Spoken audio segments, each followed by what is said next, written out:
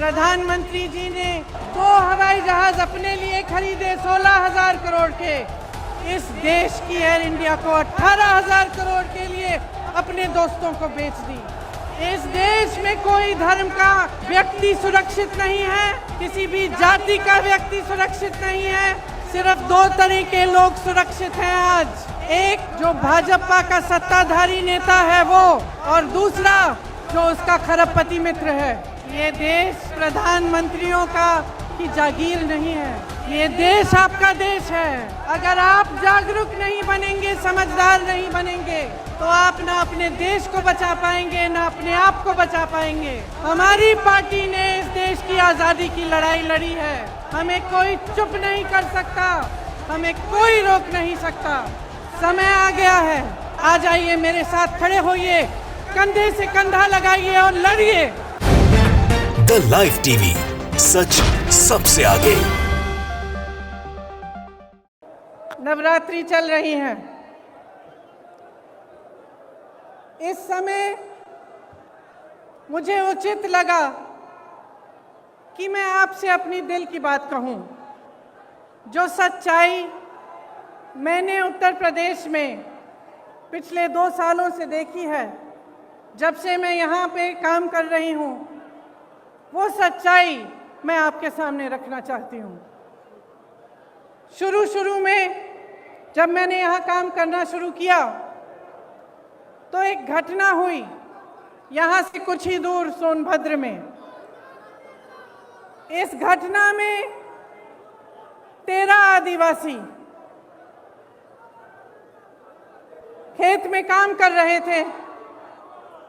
जब पुलिस प्रशासन की सहमति से कुछ लोग उनकी ज़मीन लेने की कोशिश कर रहे थे, वो लोग आए, ट्रैक्टर,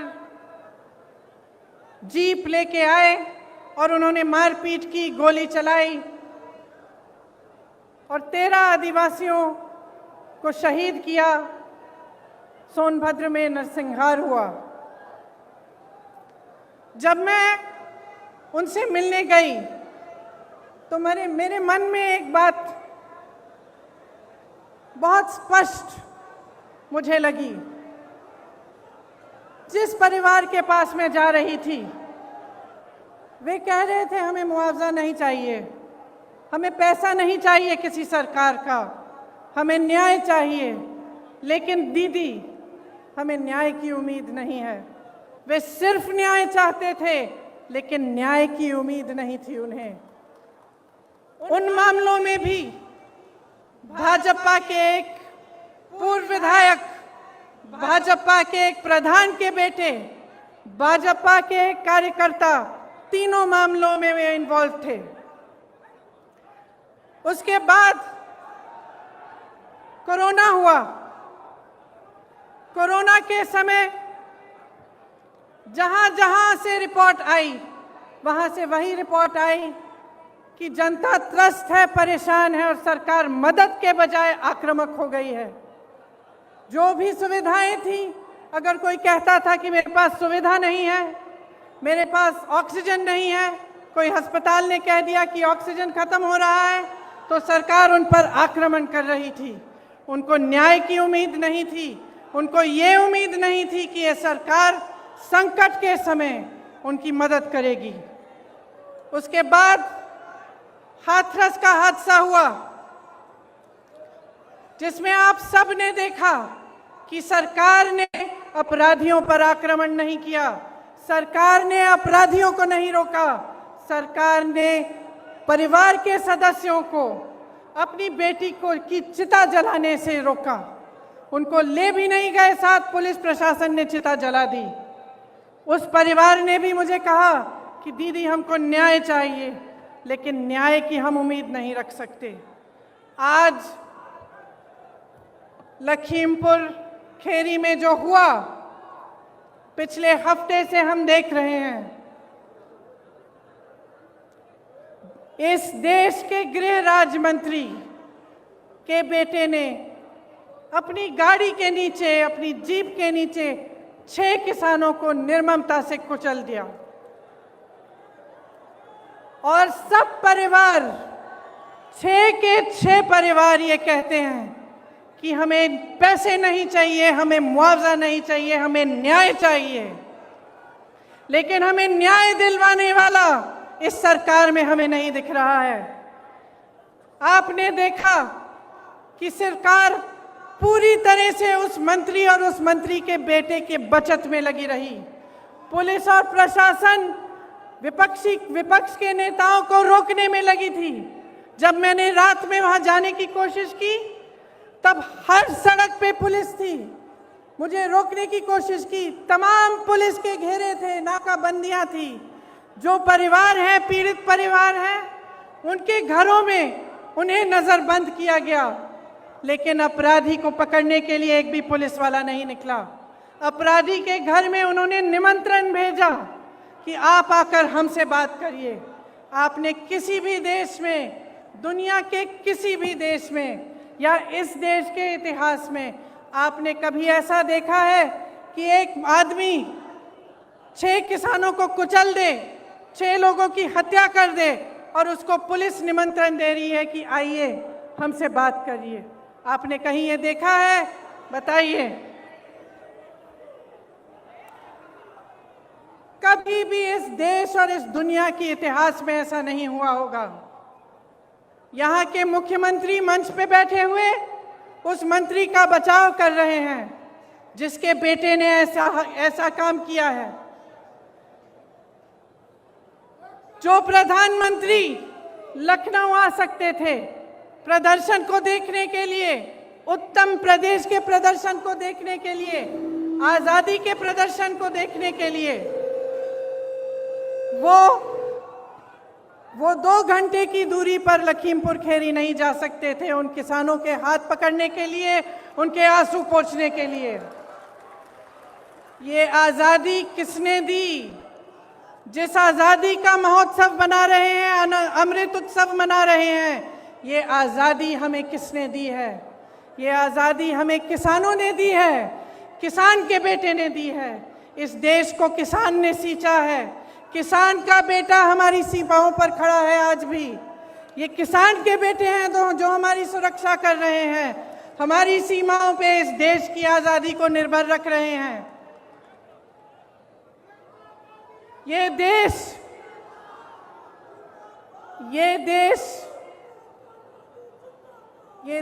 क्या है? ये देश एक आस्था है, एक उम्मीद है। इसी न्याय की उम्मीद पर इस देश को आज़ादी मिली। जब महात्मा गांधी जी आज़ादी की लड़ाई लड़ने के लिए गए तो उनके दिल में ये था कि मेरी जनता को, मेरे लोगों को, मेरे देश के किसानों, दलितों, मेरे देश की महिलाओं को, देश के गरीबों को न्याय मिलना चाहिए। न्याय पर हमारा संविधान आधारित है, लेकिन इस देश में न्याय की उम्मीद सब छोड़ चुके हैं। तो मैं आपसे कहना चाहती हूं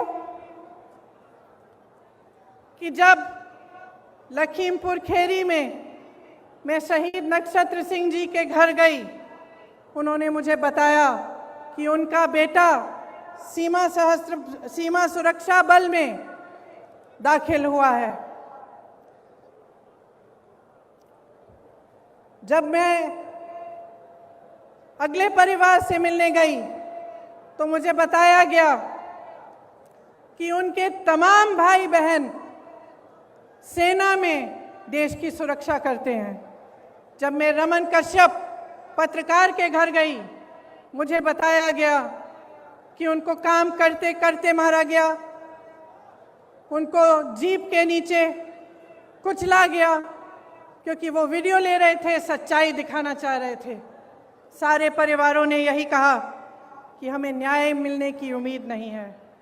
तो अगर हमारे देश में कोई कुचला जाता है, किसी के प्रति हिंसा होती है, किसी पर अत्याचार होता है और उसको न्याय मिलने की उम्मीद नहीं होती, तो किसके पास जाएगा? अगर सरकार, मुख्यमंत्री, प्रधानमंत्री, गृह राज्य मंत्री, विधायक सभी मिले हुए हैं, सभी अपनी पीठ मोड़ देते हैं उनकी तरफ, तो किसके पास जाए जनता? और क्या करे। आप जानते हैं कि किसान ने 9-10 महीनों से एक आंदोलन जारी रखा है। 300 दिन से अधिक ये आंदोलन चला है। इसमें 600 से अधिक किसान शहीद हुए हैं। जो आंदोलन कर रहे थे उन किसानों के बारे में क्या कहा? उन्हें आंदोलन जीवी कहा, आतंकी कहा, योगी जी ने उपद्रवी कहा, धमकाने की कोशिश की। इसी गृह राज्य मंत्री ने धमकाकर कहा कि मैं 2 मिनट में तुम्हें सबक सिखा दूंगा। आंदोलन करने की कोशिश की तो 2 मिनट में सबक सिखा दूंगा। दुनिया के कोने कोने तक हमारे प्रधानमंत्री घूम सकते हैं, अमेरिका जा सकते हैं, जापान जा सकते हैं, देश देश में भ्रमण कर सकते हैं, लेकिन अपने किसानों से बात करने के लिए अपने घर से मात्र 10 किलोमीटर दूर दिल्ली के बॉर्डर तक नहीं जा सकते।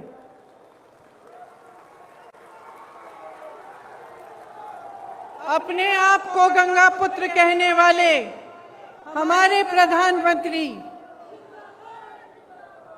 ने गंगा मैया के आशीर्वाद से खेतों में फसल लहलहाने वाले करोड़ों गंगा पुत्रों का अपमान किया है।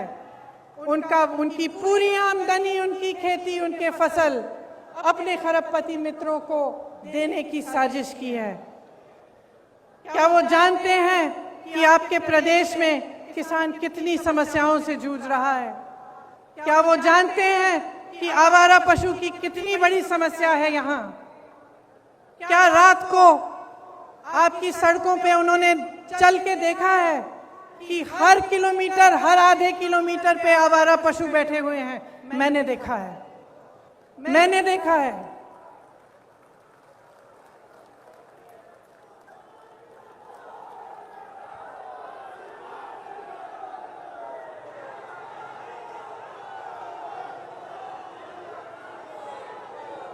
किसानों की बिजली के दाम 3 बार बढ़ा चुके हैं। क्या नरेंद्र मोदी जी ने देखा है कि आपको कितने बड़े बड़े बिल मिल रहे हैं? कि जब आपको बिजली नहीं मिल रही है फिर भी आपको बिजली के बिल मिल रहे हैं। क्या प्रधानमंत्री जी ने देखा है, कुछ कहा है इसके बारे में? प्रदेश का हर परिवार त्रस्त है, दुखी है। धान और गेहूं का दाम नहीं मिलता, यूरिया खाद बेहद महंगा हो गया है, जीएसटी, खेती के जो खेती में काम करने के इंस्ट्रूमेंट होते हैं उन पर भी जीएसटी लगा रखी है। 100 रुपए का पेट्रोल, 90 रुपए का डीजल, 900 रुपए में रसोई का गैस,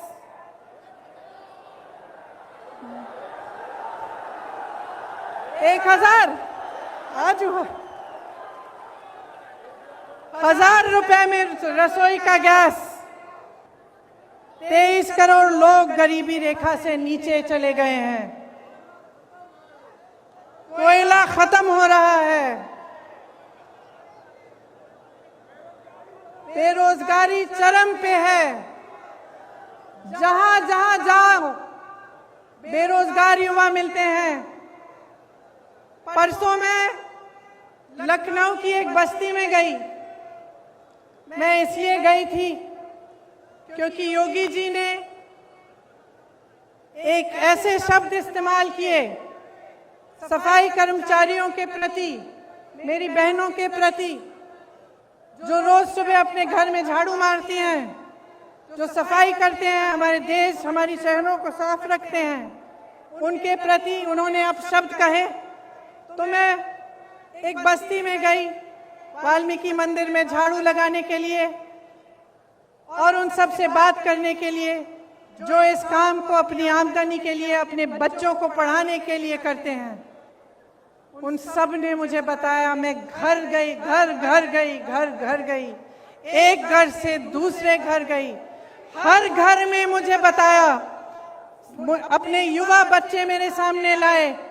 किसी ने एमए किया था, किसी ने बीए किया था, किसी ने आईटीआई किया था, किसी के पास नौकरी नहीं थी, किसी एक का रोजगार नहीं था। और जो रोजगार कर रहे थे, जो सफाई कर्मचारी थे, उनका वेतन महीनों से नहीं बढ़ाया गया था। दुखी है जनता, त्रस्त है, नाराज भी है और नाराज होना चाहिए, क्योंकि जिस समय आप इन परेशानियों से गुजर रहे हैं, आप संघर्ष कर रहे हैं, उसी समय प्रधानमंत्री जी के खरबपति मित्र करोड़ों रुपए कमा रहे हैं, 1000 करोड़ रुपए से ज्यादा दिन में कमाते हैं, और आपकी आमदनी एकदम बंद है। कोरोना के समय तमाम छोटे बिजनेस, छोटे व्यापारी, तमाम लोगों को अपने काम बंद करने पड़े, अपनी दुकानें बंद करनी पड़ी, अपने व्यापार बंद करने पड़े। क्या सरकार ने कोई राहत दी? कोई राहत नहीं मिली, सिर्फ आपको प्रताड़ित किया। कभी जीएसटी, कभी नोटबंदी, कभी कुछ और। सब देशों में, इस पूरी दुनिया में, सब देशों में जहां जहां कोरोना की मार पड़ी, सरकार ने राहत दी, लेकिन आपको कोई राहत नहीं मिली। देश के हवाई अड्डों, देश की रेलवे, तमाम पीएसयू इनके खरबपति मित्रों को सौंपी गई हैं। आपको मालूम नहीं होगा शायद, प्रधानमंत्री जी ने पिछले साल अपने लिए 2 हवाई जहाज खरीदे। आप बताइए कितने के हो सकते हैं ये हवाई जहाज? सब मालूम है, सब पता है। एक हवाई जहाज 8000 करोड़ का था। 2 हवाई जहाज खरीदे, कितने के? और इस देश की पूरी एयर इंडिया कितने में बेची? अपने खरबपति मित्रों को कितने में बेची? 18,000 करोड़ में बेची।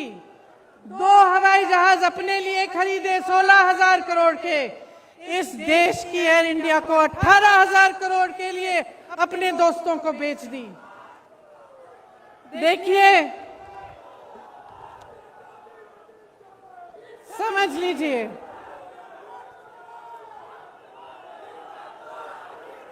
समझ लीजिए। जब जब मैं बात करती हूं लोगों से, जब मैं लोगों से बात करती हूं, एक बात उभरती है कि हाँ, कुछ हो नहीं रहा है, कमाई नहीं है, रोजगार नहीं है, किसान त्रस्त है, नदियों के पास रहने वाला निषाद त्रस्त है, दलित त्रस्त है, महिला त्रस्त है, सब त्रस्त है। लेकिन दीदी, एक बात है कि मीडिया में बहुत आता है कि हम सुरक्षित हैं। तो मैं पूछना चाहती हूं कि क्या आपको सच्चाई दिख नहीं रही है? इस देश में सिर्फ 2 तरह के लोग सुरक्षित हैं आज। एक, जो भाजपा का सत्ताधारी नेता है वो, और दूसरा जो उसका खरबपति मित्र है। सिर्फ 2 तरह के लोग सुरक्षित हैं। इस देश में कोई धर्म का व्यक्ति सुरक्षित नहीं है, किसी भी जाति का व्यक्ति सुरक्षित नहीं है। इस देश में ना मजदूर सुरक्षित है, ना मल्ला सुरक्षित है, ना निषाद सुरक्षित है, ना दलित सुरक्षित है, ना गरीब सुरक्षित है, ना अल्पसंख्यक सुरक्षित है, ना मेरी महिला बहनें सुरक्षित हैं। इस देश में सिर्फ प्रधानमंत्री, उनके मंत्रिमंडल के लोग, उनकी पार्टी के लोग जो सत्ता में हैं वो सुरक्षित हैं, और उनके जितने भी खरबपति अमीर मित्र हैं वो सुरक्षित हैं। इस बात को सही ढंग से पहचानिए। ये देश नष्ट हो रहा है, इस बात को पहचानिए। जितने भी इश्तिहार बस स्टैंडों पे लग रहे हैं, बड़ी बड़ी होर्डिंग्स लग रही हैं। इनके पीछे जो सच्चाई है आप जानते हैं। आप जी रहे हैं उस सच्चाई को, आपका अनुभव है। आप बताइए, आपको फसल का दाम मिलता है? गैस सिलेंडर मिलता है आपको? भर पाती हैं आप? आपके बच्चों को रोजगार मिलता है? तो सच्चाई क्या है?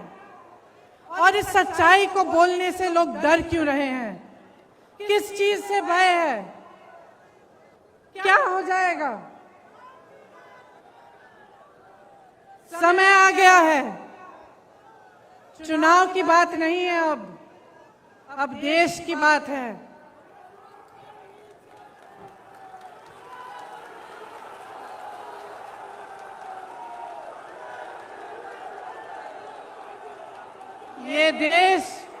ये देश भाजपा के पदाधिकारियों, उनके मंत्रियों, उनके प्रधानमंत्रियों की जागीर नहीं है।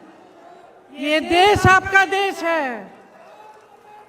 आपका देश है। इस देश को कौन बचाएगा? कौन बचाएगा इस देश को? अगर आप जागरूक नहीं बनेंगे, समझदार नहीं बनेंगे, आप इनकी राजनीति में उलझे रहेंगे, तो आप ना अपने देश को बचा पाएंगे, ना अपने आप को बचा पाएंगे। आप किसान हो, इस देश की आत्मा हो। जितने भी मंच पे नेता बैठे हैं, उनको आपने बनाया है, आपकी मेहनत ने बनाया है इस देश को। ये कभी मत भूलिए। जो आपको आंदोलनकारी कहते हैं, जो आपको आतंकवादी कहते हैं, उनको न्याय देने के लिए मजबूर करिए। कांग्रेस के जितने भी कार्यकर्ता यहाँ हैं, किसी से नहीं डरते हैं, किसी से नहीं डरते हैं। हमें जेल में डालिए, हमें मारिए, हमें कुछ भी कर लीजिए, हम लड़ते रहेंगे, लड़ते रहेंगे, लड़ते रहेंगे जब तक वो गृह राज्य मंत्री आपका इस्तीफा नहीं देगा। तब तक हम लड़ते रहेंगे, हम हिलेंगे नहीं, हम हटेंगे नहीं। हम कांग्रेस के कार्यकर्ता हैं। हमारी पार्टी ने इस देश की आजादी की लड़ाई लड़ी है। हमें कोई चुप नहीं कर सकता, हमें कोई रोक नहीं सकता। और जितने भी लोग मेरी बातों को सुन रहे हैं, चाहे आप यहाँ मौजूद हैं, चाहे आप टीवी पे देख रहे हैं, अपने अंतर्मन में झांकिए, अपने अंतर्मन में झांकिए और अपने आप से सिर्फ एक सवाल पूछिए, सिर्फ एक सवाल पूछिए कि जब से ये सरकार आई है, इन पिछले 7 सालों में क्या आपके जीवन में तरक्की आई है कि नहीं? क्या विकास आपके द्वार पे आया है कि नहीं? जो वचन आपसे किए थे वो निभाए गए हैं कि नहीं? सिर्फ ये एक सवाल पूछ लीजिए और अपने ही मन में ईमानदारी से इस सवाल का जवाब दीजिए। और अगर इस सवाल का जवाब यही है कि आपके जीवन में तरक्की नहीं हुई, तो आ जाइए, मेरे साथ खड़े होइए, कंधे से कंधा लगाइए और लड़िए। बदलिए सरकार को, परिवर्तन लाइए, अपने प्रदेश को बदलिए, क्योंकि मैं तब तक नहीं रुकूंगी जब तक यहाँ पर परिवर्तन आए। मैं आप सबको बहुत बहुत धन्यवाद देना चाहती हूँ कि आप यहाँ आए, इतनी धूप में मेरा इंतजार किया। आप सबको नवरात्रि की बहुत बहुत शुभकामनाएं। जय माता दी, जय हिंद, जय किसान, जवान, जय किसान, जय जवान, जय किसान, जय जवान, जय हिंद, जय हिंद, जय हिंद, जय हिंद, जय हिंद। जय हिंद। द लाइव टीवी, सच सबसे आगे।